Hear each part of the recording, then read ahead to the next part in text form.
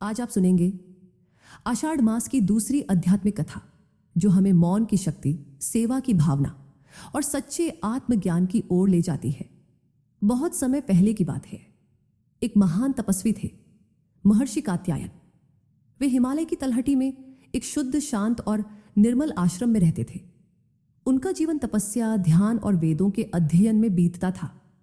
आषाढ़ मास के आगमन पर वे विशेष रूप से 4 महीने तक कठोर व्रत और संयम का पालन करते थे, जिसे हम आज चातुर्मास के नाम से जानते हैं। लेकिन उनके इस साधना काल में एक प्रश्न हर समय उनके मन में उठता रहता। क्या सच में केवल तपस्या और व्रत से भगवान प्रसन्न होते हैं, या कुछ और भी है जो ईश्वर तक पहुंचने का मार्ग बनता है? एक दिन उनके आश्रम में एक वृद्धा आई, बहुत ही साधारण सी दिखने वाली, कमजोर, झुकी हुई, पर आंखों में गजब की शांति। उसने महर्षि से केवल इतना कहा, हे मुनिवर, आपने जीवन भर ज्ञान अर्जित किया, पर क्या कभी एक भूखे को भोजन देकर उसका आशीर्वाद लिया? महर्षि चौंके। उनका तप, उनका ज्ञान, उनकी साधना सब उन्हें श्रेष्ठ बनाती थी, पर इस वृद्धा की सरल बात ने उन्हें भीतर तक झकझोर दिया। उस दिन से उन्होंने अपनी साधना में एक और तत्व जोड़ दिया, सेवा। वे हर आषाढ़ मास में नियम बनाते कि जितने दिन व्रत करें उतने ही दिन किसी भूखे को भोजन दें, जितने मंत्र जाप करें उतनी बार किसी असहाय की सहायता करें।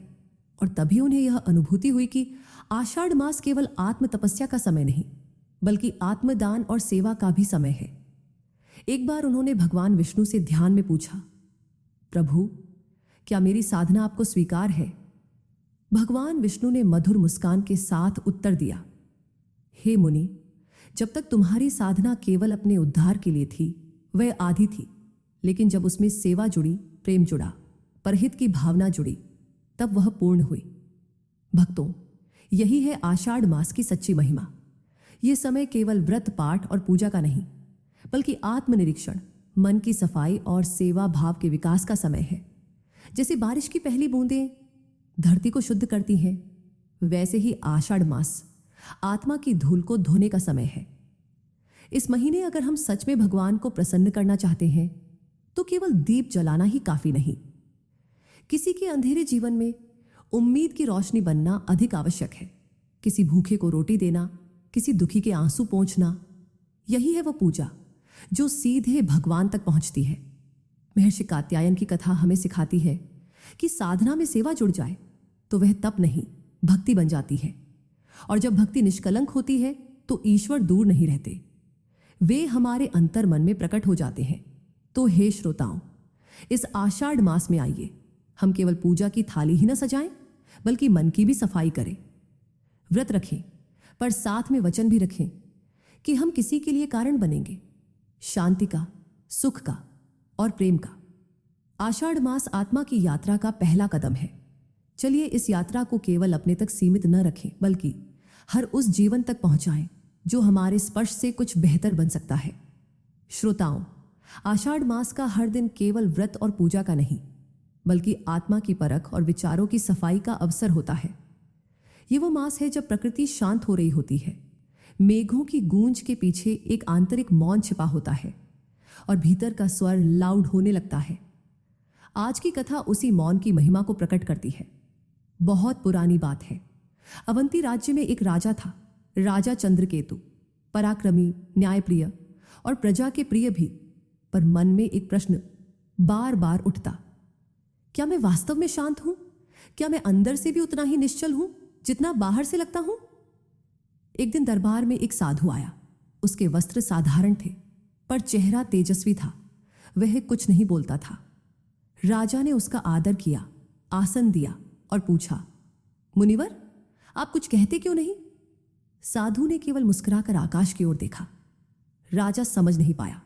फिर साधु ने एक पत्र राजा को दिया, जिसमें केवल इतना लिखा था, जो मौन में ईश्वर को पा सकता है, वह शब्दों से केवल भ्रम फैला सकता है।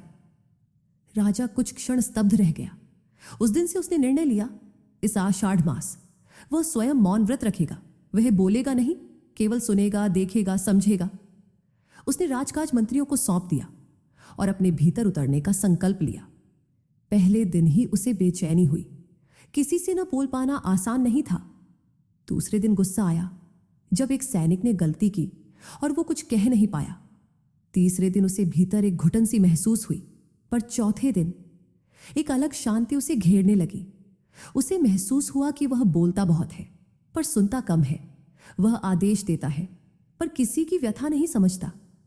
और पांचवें दिन उसने पहली बार अपने भीतर की आवाज सुनी। उसने अनुभव किया कि मौन केवल बाहर के शब्दों का त्याग नहीं, यह भीतर के तूफानों को शांत करने की कला है। आषाढ़ मास के अंत तक राजा पूरी तरह बदल चुका था।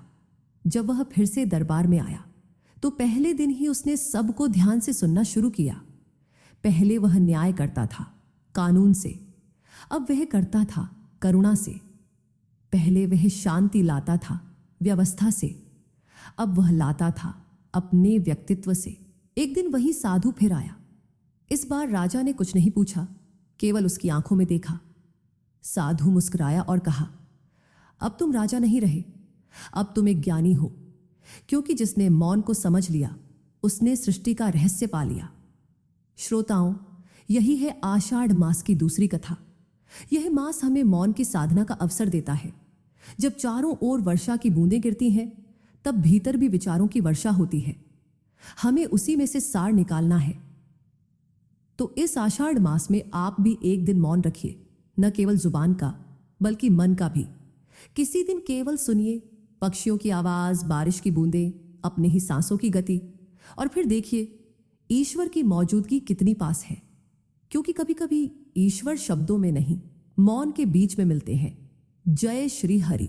और अब जब आपने ये कथा सुनी और समझी कि आषाढ़ मास केवल तप का ही नहीं, सेवा और प्रेम का भी समय है, तो चलिए अब जानते हैं कुछ ऐसे सरल और प्रभावशाली उपाय जिन्हें इस पावन मास में करने से जीवन में सुख, शांति और सौभाग्य की वर्षा होती है। सबसे पहला उपाय है, तुलसी माता के पास रोज सुबह और शाम दीपक जलाएं। तुलसी को केवल एक पौधा न समझे, वो साक्षात लक्ष्मी का रूप है। जब आप उनके पास घी का दीपक जलाते हैं तो वह आपकी मनोकामनाएं सुनती है। यह साधारण सा उपाय आपके घर में सकारात्मक ऊर्जा का प्रवेश कराता है और रोग दोष दूर करता है। दूसरा उपाय, इस मास में हर शुक्रवार को लक्ष्मी माता के नाम से किसी जरूरतमंद स्त्री को सफेद वस्त्र या मिठाई का दान करें। इससे घर में दरिद्रता दूर होती है और बरकत बनी रहती है। दान करते समय मन में कोई घमंड ना हो, केवल ईश्वर के नाम पर दें, जैसे आपने किसी देवी को अर्पित किया हो। तीसरा उपाय, इस महीने किसी दिन अन्न का पूर्ण त्याग कर दें, चाहे एक दिन हो चाहे 4। जब आप अन्न छोड़कर केवल फल या जल पर रहते हैं तो यह शरीर के साथ मन का भी शुद्धिकरण करता है। यह त्याग अगर किसी जरूरतमंद को अन्न देने के भाव से किया जाए तो उसका पुण्य कई गुना बढ़ जाता है। चौथा उपाय, केले के पेड़ की पूजा करें। गुरुवार के दिन विशेष रूप से जल चढ़ाएं, हल्दी मिश्रित जल से अभिषेक करें और पीला वस्त्र अर्पित करें। भगवान विष्णु इस वृक्ष में वास करते हैं। यह उपाय वैवाहिक सुख, करियर में स्थिरता और पारिवारिक शांति के लिए अत्यंत लाभकारी है। पांचवा और अत्यंत प्रभावशाली उपाय, आषाढ़ मास में हर दिन कुछ समय ध्यान और मौन के लिए निकालें। मौन केवल शब्दों का त्याग नहीं, विचारों की सफाई है। जब आप खुद से बातें करते हैं, अपने भीतर झांकते हैं, तो ईश्वर को स्पष्ट सुन सकते हैं। मौन में की गई प्रार्थना सबसे प्रभावशाली होती है।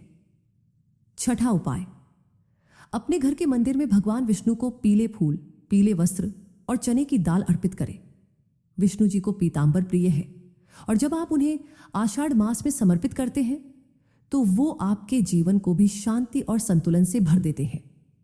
और सातवां उपाय, इस मास में कम से कम एक बार किसी गौ माता को हरी घास या गुड़ रोटी खिलाएं। गौ सेवा को शास्त्रों में अत्यंत पुण्यकारी माना गया है, विशेषकर उस मास में जब वर्षा आरंभ होती है और जीव जंतु आश्रय की तलाश में होते हैं। तो भक्तों, इन 7 उपायों को अपनाकर आप न केवल अपने जीवन में सुख और समृद्धि को बुला सकते हैं, बल्कि एक ऐसा आध्यात्मिक आधार भी बना सकते हैं जो चातुर्मास के पूरे 4 महीनों तक आपके जीवन में सकारात्मक ऊर्जा का संचार करता रहेगा। याद रखिए, इन उपायों का उद्देश्य केवल फल प्राप्त करना नहीं है, यह आपकी भक्ति की गहराई बढ़ाने के माध्यम है। जब आप प्रेम और श्रद्धा से बिना किसी स्वार्थ के कुछ करते हैं तो ईश्वर को पाने के लिए कोई विशेष स्थान या समय नहीं चाहिए। वो वहीं प्रकट हो जाते हैं जहां नियत पवित्र होती है। आषाढ़ मास तप का महीना है, पर उससे कहीं ज्यादा यह आत्मा की गहराइयों में उतरने का समय है। इस मास को व्यर्थ न जाने दें। इसे एक पवित्र साधना की तरह जिएं और देखिए ईश्वर आपके जीवन को कैसे निखारता है। और अगर आपको यह कथा थोड़ी सी भी शांति, सुकून या आत्मिक अनुभव दे गई हो तो इस भाव को औरों तक भी पहुंचाइए। वीडियो को लाइक जरूर करें ताकि हमें पता चले कि आप तक हमारी आवाज पहुंची। कमेंट करके बताइए कि कथा ने आपको कहां छू लिया। और सब्सक्राइब करना ना भूलें, क्योंकि आषाढ़ मास की अगली कथाएं और आध्यात्मिक यात्राएं हम यहीं लेकर आने वाले हैं आपके लिए। हर दिन कुछ नया, कुछ पवित्र।